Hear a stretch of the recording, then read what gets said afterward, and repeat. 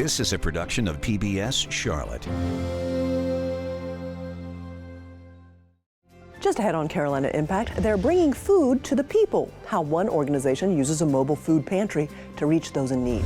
Plus, how a West Charlotte nonprofit works to improve lives through healthy environments. And we take you inside a NASCAR Legends company that's keeping racers safe. Carolina Impact starts right now.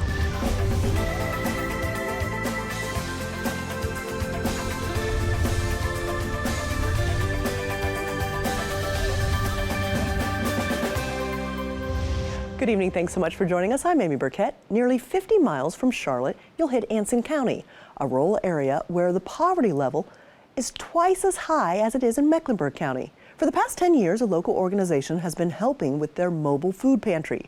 Carolina Impact's Dara Khalid and John Branscombe take us to one of their stops in Peachland, where they mix in a lot of love with their free food. It's a busy day at Peachland United Methodist Church. With volunteers moving quickly, would you mind putting some more blackberries up there too? Loading food into cars. We have dates, we have tomatoes of different kinds, we have potatoes, lemons. It's all part of Anson Crisis Ministries' mobile food pantry that began in 2014. It travels throughout different areas like Wadesboro, McFarland, Wingate, and Monroe, providing free food for those in need. A lot of people can't afford food, and so this helps them out a lot.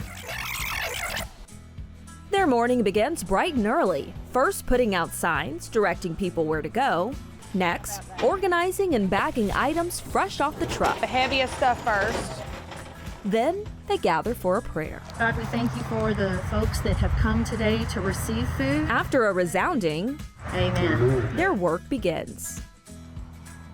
Even though it's a chilly, overcast day, it didn't stop these 20 volunteers and over 70 cars from lining up.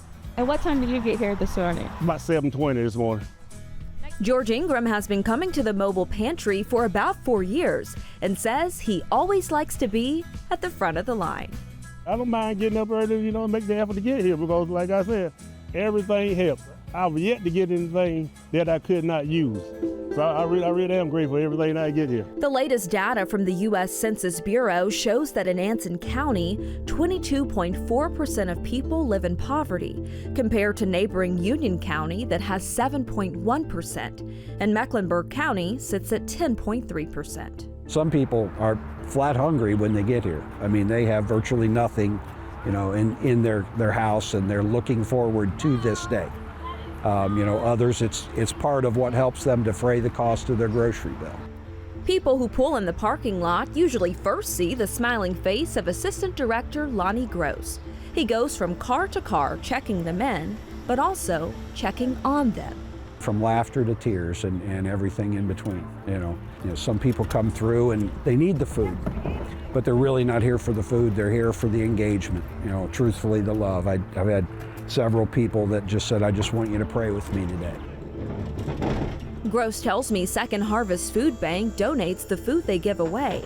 On average, their mobile pantries serve about 70 families, from children to senior citizens. I've had a lot of personal struggles in my life, and God has saved me from so much, and He's given me a heart to reach out to people who are struggling. Many of the people struggling with some of the same things I did in my youth. And I just want to give back. As he and other volunteers continue to give back, the impact is being felt by those like William Price, who've fallen on hard times. I had a stroke in March, and I've been out of work since. My cupboards were bare, so was my refrigerator. Didn't have a thing in there, not even a piece of bread. Price tells me his friends helped him find the program, and it literally saved him. I've never had to ask anybody for nothing, and I don't have to ask now. It's there. All you've got to do is walk up. You don't have to, it don't belittle you. And that's a big thing, because, you can swallow pride, but it don't fill your stomach up. The kindness he's received from volunteers is contagious. When things do turn around, I will be helping, because I'm not going to forget that I got help. And that's my goal, to help the people that help me and other people that need it. We have a lot of good produce and food today, so hopefully we have some full bellies and full hearts when they leave. A full belly and full heart is exactly what 82-year-old Margaret Rogers says she gets every time. The big trucks are wonderful. You even get meats, you know, veggies too. I love my veggies. For Rogers and her two elderly sisters, the mobile pantry makes a big difference. Most of the seniors are on fixed income in this area, and when you go to the grocery store, the prices keep going up, you know, and this has really helped. She's not the only one seeing the financial benefits. I'm able to spend my money on gas and pay some bills, and that's a big help. Brenda Watson tells me the money she saves has gone a long way for her household over the years. Everybody don't have the money to go to the grocery stores, and everybody don't receive food stamps. So this is a plus for some of us. For Watson, however, her experience is about more than just food and savings. It's about the love she receives. I fellowship with the pastor and the workers. When I go through, they say good morning, and I say good morning. We all smile and we talk. And if you ask the volunteers, It's very, very fulfilling to your heart. I mean, it's amazing. they'll tell you love and serving others is what it's all about. It's good to see you, sweetie. Good to see you. For Carolina Impact, I'm Dara Khalid. Thank you, Dara. Those with the ministry tell us they feed about 50,000 people a year through their mobile pantry and other food programs. If you'd like to find out when their next giveaway is, head to our website at WTVI.org. Well, continuing with our theme of helping others, there are more than 40,000 charitable nonprofits operating in North Carolina. Religious organizations and educational institutions make up by far the most. However, the list also includes museums, theaters, food banks, senior centers, research facilities, animal shelters, health clinics, housing assistance centers, and transportation providers. Whew, that's a big list. Carolina Impact's Jason Terzis joins us with a look at one local organization that's trying to help people on multiple fronts. Well, of those 40,000 charitable nonprofits in the state, more than 15,000 are located right here in the greater Charlotte metro region. This includes Concord, Gastonia, Fort Mill, and Rock Hill. Each is trying to do good in the community, and each has a unique story to tell. Tonight, we bring you the story of a relatively new organization that's not trying to put a Band-Aid on one issue, but is working to help people truly change their circumstances. The soil gets tilled, weeds picked, and compost mulch added to enhance the native dirt. Anybody who gardens in North Carolina knows we have a terrible clay soil. By adding organic matter to it, you help bring up the quality of the soil. It's another day at Sunset Farm in Northwest Charlotte, but the people working here at this urban garden aren't farmers, they're volunteers. I think the biggest thing for me is just giving back to the community. I've been volunteering here since last June. We could not get the work done without them. The volunteers are donating their time to the Park Community Development Corporation, which was formed by the nearby Park Church. So they are one of our biggest partners and biggest supporters, but we are our own separate entity, our own 501c3, and we get to do great work. We focus on 3 pillars: affordable housing, healthy living, and economic mobility. It is amazing that we have an organization that works on all three major things. The Park Community Development Corporation, or CDC for short, formed about 7 years ago. Its mission: create sustainable change within marginalized communities. And we have to balance our ambitions, which are huge, with our ability to do good work. Here at the Urban Garden, they're growing a little bit of everything, with the eventual harvest going to those in need. And this is where we get to do a lot of our work under our healthy living pillar. We have a raised bed garden, we have an urban garden. We get to partner with some amazing people in the community to help mitigate food insecurity. This food goes to all kinds of organizations for seniors and folks who need fresh food to eat. Last year, nearly 1,000 pounds of vegetables were harvested from the garden. So the idea is double the growing space by next year, by 2025. Increase the volunteer count because we can only scale as much as we have resources to do so. And when you look at the Park CDC, it's not just gardening. They have a lot of different functions that they do to give back to the community. Just down the street and around the corner sits the new Gillfield Park Apartments on Beatties Ford Road, built specifically as affordable housing for seniors 55 and over.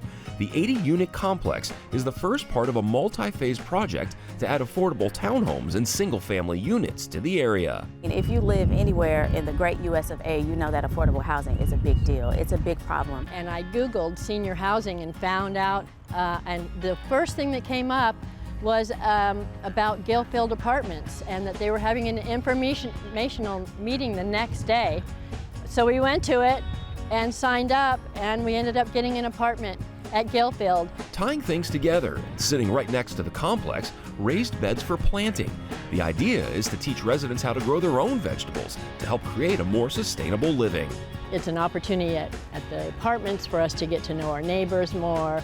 It's a real community there. We share food with each other. The Park CDC also works with residents on what to look for in food labels and budgeting for meals, especially for those on a fixed income, and assisting them with personal financing and investing. We've been fortunate enough to partner with some amazing organizations, financial institutions that have the resources to talk about financial management, financial education, budgeting, not only that, but investments and stocks and home ownership. With a staff of just 4 people, having volunteers to help achieve the Park CDC's goals is paramount. So we're small in number, but big in impact. Volunteers like Sachi Kutu Okoye, who came to the United States from the Bahamas. Coming from a very small island, and it was very really condensed and not a lot of people, there was a big community. And when I came to America, it was just not that much of a community. So volunteering for me gave me a family that I didn't really have here. You get 2 aspects. You get to learn about gardening, learn about horticulture, get back to agriculture, get your hands wet, but there's also a therapeutic component to it. The Park CDC isn't trying to put a Band-Aid on one issue. They're tackling multiple issues at the same time, hoping to help people truly change their circumstances. It really provides this sort of wraparound support for people. So you get kind of all aspects of the things that you need to improve your life, right? You get a place to live, you get access to healthy food and mental well-being, and then helping you with economic literacy, financial literacy, all those things really give you all the tools, give someone the tools they need to start to thrive. I think it's remarkable to find one organization that focuses on various parts of the community. So providing affordable housing, providing ways to teach people in affordable housing how you can give back to the community, so by gardening and teaching them how to garden for themselves. I think having the workshops, they do workshops on financial literacy. That's an entirely different avenue. So I think finding an organization that just focuses on more than one specific thing and does a lot of things is, I can't even describe it. It's amazing. Jason, as I understand, the Park CDC works with a lot of different organizations. Can you tell us a little about that? Yeah, they're trying to pull all the resources together. So there are a lot of other great organizations in town doing similar work as the Park CDC, but a lot of that work is siloed. So there might be an organization on the west side of town doing the same thing as another on the east side of town. So the Park CDC is trying to develop a better system to identify all of the area's resources so that there's not some cross-pollinating going on, and then work together to kind of bring all these good services together to people and just kind of get them all together so that they're all aligned. And making a positive impact. Thanks so much, Jason. Well, up next, summertime is just around the corner, and if you're looking for something to do, why not a day at the zoo? North Carolina and South Carolina have world-class zoos, each with unique animals and experiences. In tonight's One Tank Trip, Carolina Impact's Jason Torres and producer John Branscombe take us to both.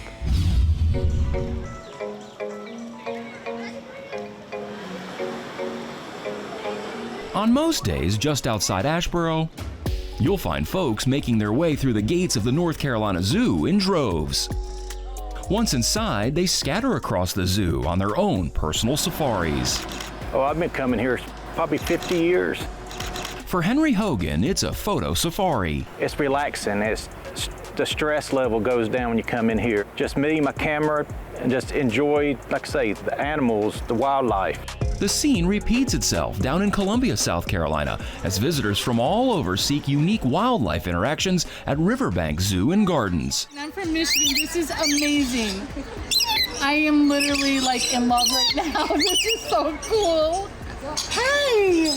Combined, both zoos annually welcome nearly 2 million visitors to explore the beauty, behaviors, and personalities of the hundreds of species that call the zoos home. My favorite animal is the giraffe. My favorite animal would probably have to be the tiger. Truthfully, it's probably the gorillas or the chimps, and now the baboons. We love to talk to families that have generations upon generations of coming when they were little.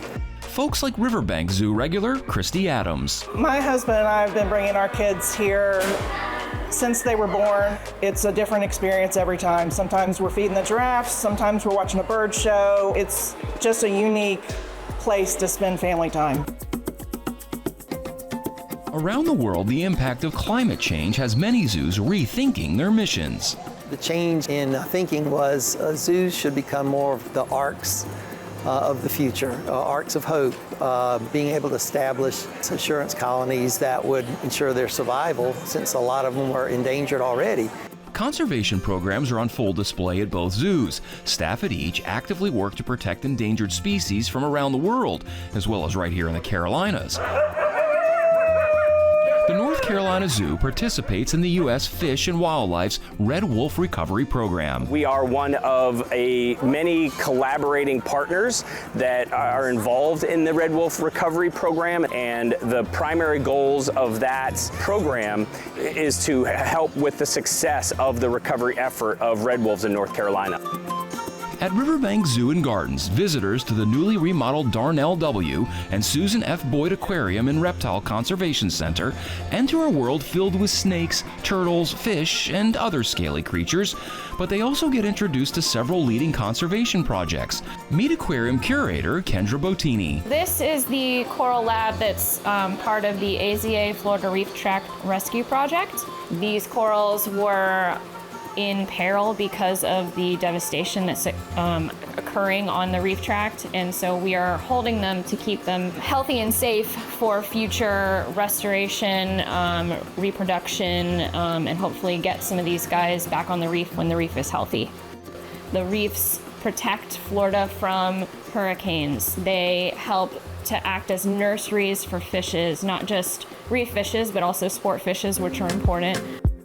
Variety in scale, location, animals, and landscaping means both the North Carolina Zoo and Riverbank Zoo, along with their botanical gardens, offer something different to their visitors. Factors that make the zoos major economic engines in their respective communities. The impact is over $150 million a year in economic impact. It drives people that are coming into the state to spend money, to also see these magnificent animals. And at the NC Zoo, our impact is about $180 million a year here in the heart of North Carolina. By the time we open Asia in 2026, we expect that to grow to $300 million. Beyond the impressive attendance statistics and economic impact, most agree that it's the intangibles that make up a zoo's legacy. As we grow, we continue to balance a great place to bring your family, find some fun entertainment, as well as being able to educate and show the community what we do behind the scenes for the care and well-being of our animal population. It's such a family tradition. You bring your kids to the zoo. It's an outdoor family-friendly experience. An outdoor outing is exactly what Jamel Kabir had in mind for his family on their trip to the NC Zoo. I'm here with my family. It's my wife and my 2 sons. We love nature. We love getting out to national parks, national museums, national zoos, and just learning and educating our children as well as ourselves. So the next time you're looking for a bit of family fun mixed with a bit of learning, a day at the North Carolina Zoo or Riverbank Zoo in Columbia just might fit the bill. For Carolina Impact, I'm Jason Terzis reporting. Thank you, Jason. Both zoos offer special interactions with the animals, including behind-the-scenes tours. Finally tonight, are you familiar with the phrase, "It takes one to know one"? When it comes to motorsports and safety, who knows what it takes to protect a driver during those high-speed crashes more than someone who's been in a wreck or two? That's where 2-time NASCAR Busch Series champion Randy LaJoie comes in. His company, The Joy of Seating, manufactures custom race car seats for all levels of the sport, from young go-kart racers to experienced NASCAR drivers. Producer Russ Hunsinger visited with Randy, took a tour, and shows us what goes into creating one of the most critical parts of a race car's safety system. Hold up 7, LaJoie. Randy LaJoie slamming into the wall. 1984, we went to Daytona. You know, I went for a pretty good ride. That was my first of probably a handful of pretty good concussions. You see some of the helmets I have here. The problem with some of these is because I have crashed and I have broken the helmets. My dad was a racer, and then it went to me, and now I'm doing it with my kids. I tell people, you know, racing is dangerous. Oh, Always will be. They give you a helmet and a fire suit, it's because it's dangerous. My eyes didn't start opening up until I went to 3 or 4 funerals, and they're like, man, that kid was a good kid. He's not here no more. Damn, that kid's a good kid. He ain't here no more. Man, you know, that guy was a legend. He's not here no more. So, and then the more stuff I started doing with NASCAR and doing sled tests, and you're like, oh my goodness, this is serious. Because it's hard to explain to people what your body goes through. When you're 60% fluid, you know, we're containing Jell-O. So we have to protect that Jell-O. And the less that Jell-O moves, the better the occupant's gonna be. We're a full custom shop. Little bit of steel, but all our products basically are aluminum. And a big part of the LaJoie seats is the roundness that you have in here that fits a body, because nobody's square. You know, we're all rounded here and we're all a little different shape. We do all our own sizing. You'll see different size seats being made. You'll see on the wall hanging before we get them completed, kids stuff. You'll see stuff from a 120-pound person to a 280-pound person. I fit all the tubing and weld it in, and then do the final check and make sure the dimensions are right for the paperwork that we have for the size of the person. And I have seen some of the seats that I made in the past with people that were wrecked in them. It's pretty interesting to me to see how the seats hold up in the wrecks. You know, that's the main crux of the situation, is how do they function when you're actually wrecking in one? Because nobody wants to wreck. You know, if everything is perfect, this thing never gets bent. As you can tell, got caught in a fire somehow. I guess the car caught on fire. Headrest foam's burnt, the rest of the seat's burnt. But it'll end up looking good, you know, once we're done with it. Because all the racing technology improves, cars get faster, they build frames differently and all that, we still have to kind of keep up with what everything's going. You know, the basic people aren't changing, but the applications that we're putting these people in and using these seats with changes. If it doesn't feel right in the car, then half of what you're trying to get out of the seat is not working for you. There's a safety factor, but then there's a comfort factor too. If they hit something and the seat bends, I want to know. Photo finishes, cars spin and because I don't want the next one to bend. I want the report from the crash, and this way the next person could be better. Somebody gets hurt in one, I want to know why. This is one of our heavyweight seats. This would be a cup seat. We got to certify our seats every couple of years. NASCAR has had black boxes in these cars now for 25 years maybe. The information that we get fed back for safety stuff goes into everything we do here. We adjust the strength of the tubing, the size of the tubing. We're talking NASCAR style seats are good for a 100 G hit, which we have seen, to protect the driver. I don't do a good job at what I do. Somebody may get hurt doing what they do, trying to have fun, trying to make a living. We do a lot of things for people's children also. We do a lot of little seats. And you've really got to take some pride in doing those, because you're dealing with something that somebody's child is using. That's a pretty good incentive to me. Everybody grows up racing with speed secrets. You know what? There should be no secrets in safety. And that's what I've done, and we're learning every day. I mean, safety is a moving target. I think we've helped the industry be safer. Before racers, we never thought about getting hurt. You know, it would happen to the other guy. It would never happen to us, but it could. Thanks so much, Russ. Over the course of 19 years, Randy competed in 350 races in what's now known as the NASCAR Xfinity Series. He won 15 of those races. As part of NASCAR's 75th anniversary in 2023, Randy was named one of NASCAR's 75 greatest drivers. Congratulations, Randy. Well, we'd love to learn about the interesting people you know. Please email us your ideas with details to stories@WTVI.org. Before we leave this evening, I want to thank an amazing group of homeschoolers who came to be in our studio audience today. They had some extraordinary questions, and we always love it when the community comes to visit their public television station. Well, that's all the time we have this evening. Thanks so much for joining us. We always appreciate your time and look forward to seeing you back here again next time on Carolina Impact. Good night, my friends.